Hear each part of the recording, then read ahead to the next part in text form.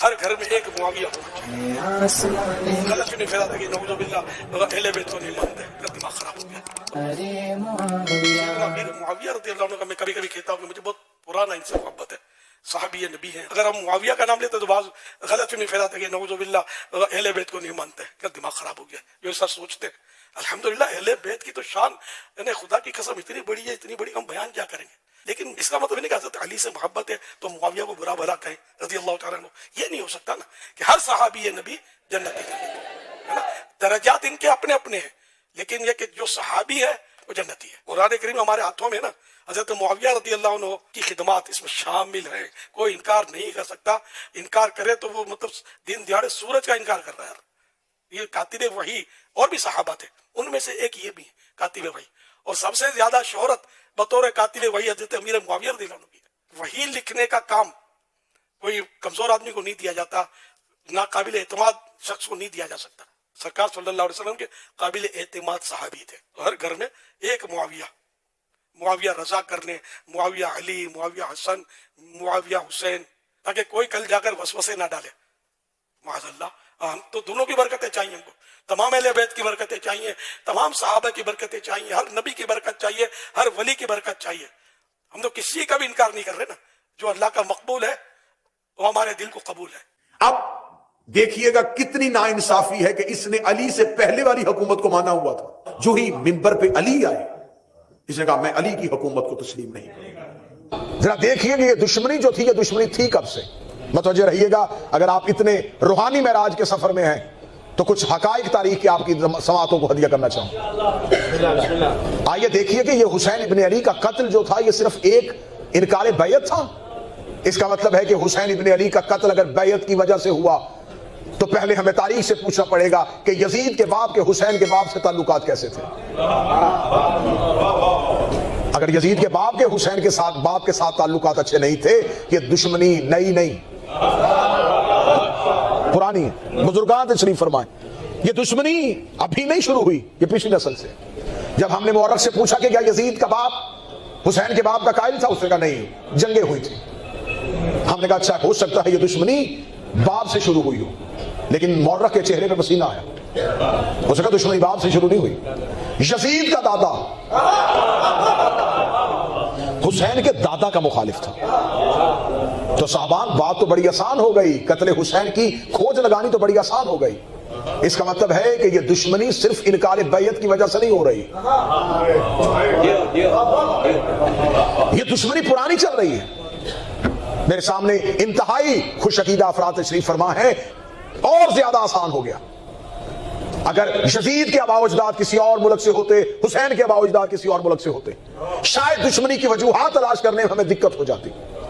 آسانی یہ ہو گئی کہ یزید کے دادا کا جس شہر سے تعلق تھا، حسین ابن علی کے دادا کا بھی اسی شہر سے تعلق تھا. ہم نے اور تاریخ میں گہرائی میں جا کے کہا یزید کے دادا کی حسین کے دادا سے دشمنی کیا تھی. کیا یہ دشمنی کسی پراپرٹی، کسی جگیر کی وجہ سے تھی؟ کیا یزید کا دادا جو تھا وہ دعویٰ کرتا تھا کہ میں مکہ کا سردار ہوں اور حسین کا دادا کہتا تھا میں نہیں؟ دشمنی کی وجہ تھی محمد رسول اللہ. سب سے بڑا اسلام کا دشمن تھا یزید کا دادا. اس میں کوئی شک ہے؟ آپ بولیں گے تھوڑا میرے ساتھ، میں تاریخی حقائق پڑھنے لگا. اس نے جنگ بدر رسول کے ساتھ، احد رسول کے ساتھ، 3 سال تک رسول کا سوشل بائیکاٹ، رسول کو مکے میں رسول کا عرصہ حیات تنگ کر دیا. اس نے رسول کو شیب ابی طالب میں اپنے خاندان کے ساتھ محصور کرنے میں اس کا کردار، بہت ظلم کیے اس نے. لیکن اب تاریخ میں زیادتی یہ ہوئی کہ جو سب سے بڑا ظالم تھا وہ فتح مکہ پہ مسلمان ہو گیا. کانٹوں پہ چلنا پڑتا ہے اہل بیت کو ماننے کے لیے، دانتوں کو پسینہ آتا ہے یہ حقائق پڑھنے کے لیے. اس نے کلمہ پڑھ لیا. دیکھیں کافر کی ایک ہی شکل تھی، قرآن میں ایک ہی صورت آئی کافرون. مسلمان کی ایک شکل ہوتی تو اللہ ایک ہی صورت بھیجتا مسلمون. کافروں کی کوئی دوسری کیٹیگری نہیں، ایک ہی ہے کافرون. کافر کافر ہی ہوتا ہے. مسلمان کی ایک شکل نہیں، 2. خدا نے صورتیں بھی 2 بھیجی. ایک مومنون، ایک منافق ایک نشانی رسول نے جو بتائی وہ اہل سنت کتابوں میں بھی ہے. انہوں نے کہا یا رسول اللہ جب تک آپ زندہ ہیں تو ہمیں پتا ہے کہ یہ منافق ہے یہ مومن ہے, آپ کے جانے کے بعد کیسے پتا چلے گا؟ فرمایا جہاں کہیں محفل میں منافق کی تلاش کرنی ہو میرے بھائی علی کا تذکرہ کیا.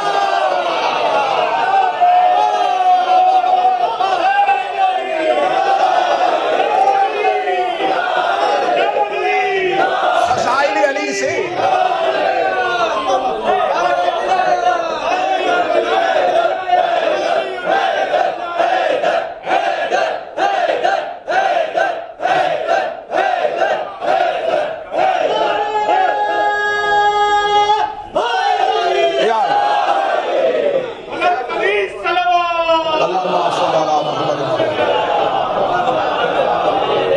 علی کی دشمنی چاہے بھی تو کوئی سینے میں چھپا نہیں. جلتا ہے منافق تو دھواں تک نہیں اٹھتا, ہم آگ لگاتے ہیں کسی اور طرح. اب یہ دشمنی شروع کہاں سے ہوئی؟ دشمنی شروع ہوئی جب یزید کا دادا فتح مکہ میں مسلمان ہو گیا. اب میرے جو قوم کے بچے بیٹھے میں ان کے لیے حقائق پڑھنے لگا. مسلمان کیوں ہوا کہ پورا مکہ مسلمان ہو رہا تھا. اب ذہن میں محبت رسول نہیں تھی, جس پہ کوڑا پھینکا تھا, جس کے رستے میں کانٹے بچھائے تھے, جس کو تنگ کر کے شہر سے نکالا تھا, آج بہت بڑا لشکر لے کے آ گیا ہے. وہ سمجھ رہا تھا کہ انسانی کھوپڑیاں گریں گی, خون کی ندیاں بہیں گی, پرانے دشمنوں سے پرانی دشمنیاں لے گا, لیکن وہ سفید پرچم لے کے مکہ میں داخل ہوا. وہ گزرتا ہوا کہہ رہا تھا خوف کی وجہ سے گھر کے دروازے بند نہ کرنا, اطمینان کے ساتھ اپنی زندگی کے کام اور امور سر انجام دو, میں بدلہ لینے نہیں آیا, معاف کرنے آیا. آج آپ کی یہ آج ظہرین کی بات کی یہ مجلس سنیں گے اور پھر مغربین کی مجلس کا تسلسل اسی سے قائم ہوگا, پھر آپ کو سلام ہوگا اور یہیں سے ہم اپنی محبت اور عشق کے سفر کا آغاز رکھیں. اب جب وہ صبح سے لے کے شام تک رسول کے پاس جو بھی آتا معاف کیا. اس نے کیا کیا تھا؟ یا رسول اللہ آپ کے خلاف اشعار لکھتا تھا, معاف کیا. اس نے کیا کیا تھا؟ یا رسول اللہ اس نے آپ پہ پتھر مارا تھا, چلے معاف کیا. اسے گھر میں خبر پہنچی کہ رحمت للعالمین نام ہی کا رحمت للعالمین نہیں, وہاں پر پرانے دشمنوں کی فہرست نہیں نکلی. یہ دنیا کا دستور ہے کہ جب کوئی اقتدار میں آتا ہے سب سے پہلے اپنے پرانے دشمنوں سے دشمنیاں لیتا. اس کے پاس اقتدار ہے لیکن یہ دشمنی نہیں لے رہا, لیکن یہ نظریے کا فرق تھا. وہ سمجھتا تھا یہ بادشاہ ہے لیکن وہ حقیقت میں رسول تھا. رسالت میں آپ نے کہا اسے بھی معاف کرو, اسے بھی معاف کرو, اسے بھی معاف کرو. کلمہ پڑھتے جا رہے معافی ہوتی, کلمہ پڑھتے جا رہے معافی ہوتی. اس کو خبر مل گئی کہ وہ تو سب کو معاف کر رہا ہے, اس کا قصور میرا بڑا ہے. میرے گھر میں وہ عورت بیٹھی ہے جس نے اس کے چچا کا کلیجہ چبایا. دشمنی کی وجہ سننا, خدا کا دشمنی کی وجہ سننا. میرے گھر میں وہ عورت بیٹھی ہے جس نے اس کے چچا حمزہ کا کلیجہ چبایا ہے. ہم نے تو اس پہ بہت تنگیاں اور بہت سختیاں بیٹھ کی تھی. لہٰذا کیا ہوگا؟ متوجہ ہے بات کی جانب؟ گفتگو پسند ہے کہ بات شروع رکھی جائے. شام کے وقت یہ دربار رسالت میں آیا. دربار رسالت میں خبر ہوئی کہ یا رسول اللہ وہ جو ان کا سب سے بڑا سردار ہے وہ خود آ رہا ہے. یہ رسول کے سامنے کھڑا کیا گیا. اب آج یہ سردار کی حیثیت سے نہیں, ایک قیدی کی حیثیت سے کھڑا ہے. آج یہ مکے کا سردار بن کے نہیں, رسول کے سامنے ایک قیدی بنا کے کھڑا کیا گیا. اب یہ نظر رحمت کا منتظر تھا کہ رسول کیا فیصلہ کرتے. مورخ نے لکھا کہ رسالت باب نے سر اٹھایا, اس کی طرف دیکھا. اب چہرے پہ وہ صبح والی رحمت نہیں, نہ مسکراہٹ. رسالت باب نے اس کو دیکھ کے کہا جا میں نے تجھے آزاد کیا.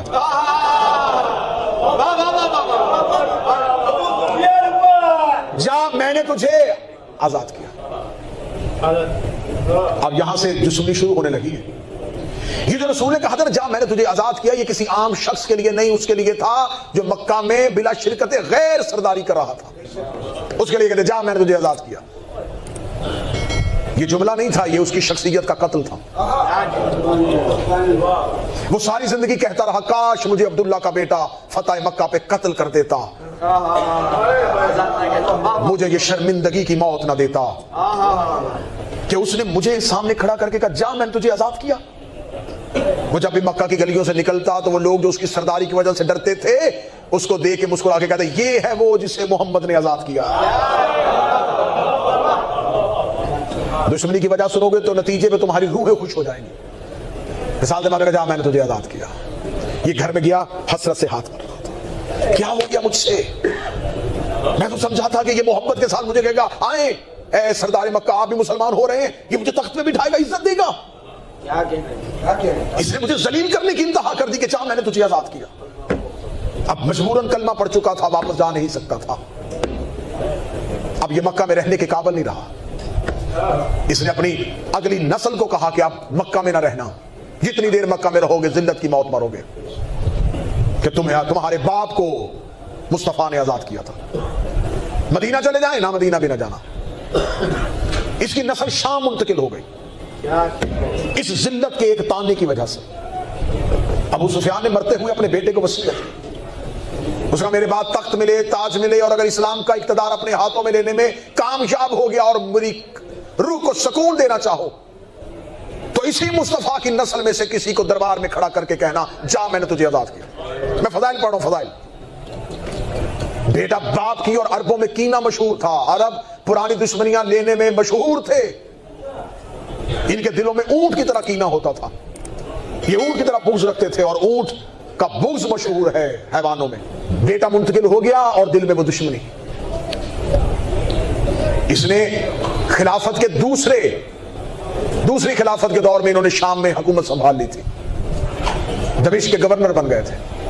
تیسرا خلیفہ تو تھا ہی ان کا بنی امیہ کا، تیسری خلافت میں انہوں نے اپنی جڑوں کو مضبوط کر لیا تھا، بصرہ ان کے پاس آ گیا تھا، مصر ان کے پاس آ گیا تھا، کوفہ ان کے پاس آ گیا تھا۔